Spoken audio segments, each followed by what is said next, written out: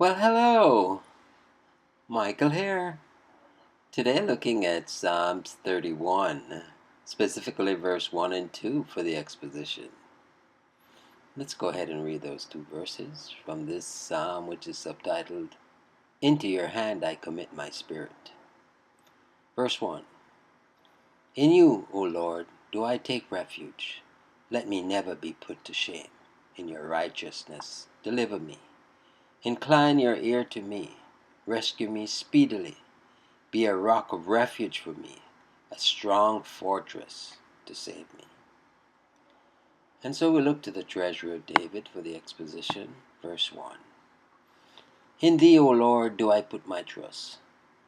Nowhere else do I fly for shelter. Let the tempest howl as it may.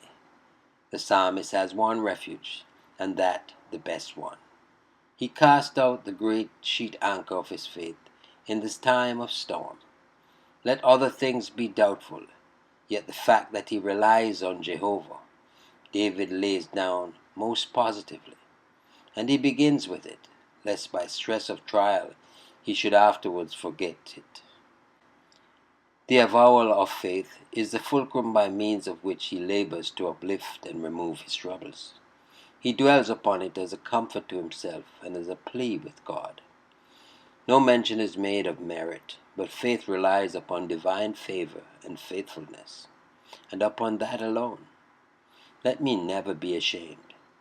How can the Lord permit the man to be ultimately put to shame who depends alone upon him? This would not be dealing like a God of truth and grace.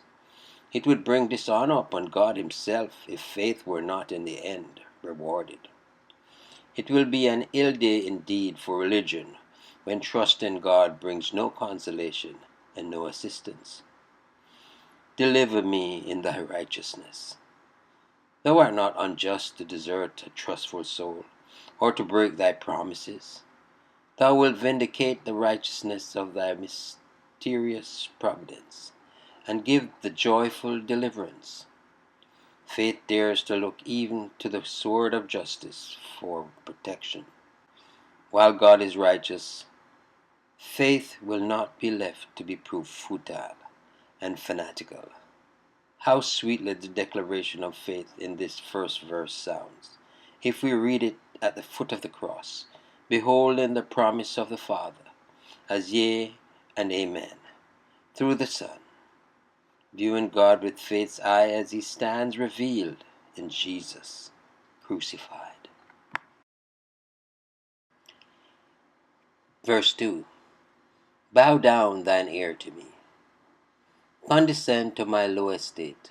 Listen to me attentively, as one who would hear every word. Heaven, with its transcendent glories of harmony, might well engross the divine ear. But yet the Lord has an hourly regard to the weakest moanings of his poorest people. Deliver me speedily. We must not set times or seasons, yet in submission we may ask for swift as well as sure mercy. God's mercies are often enhanced in value by the timely haste which he uses in their bestowal.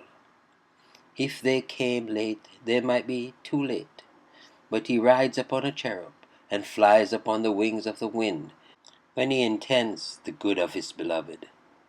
Be thou my strong rock, be my Engadi, my Adulam, my immutable, immovable, impregnable, sublime resort.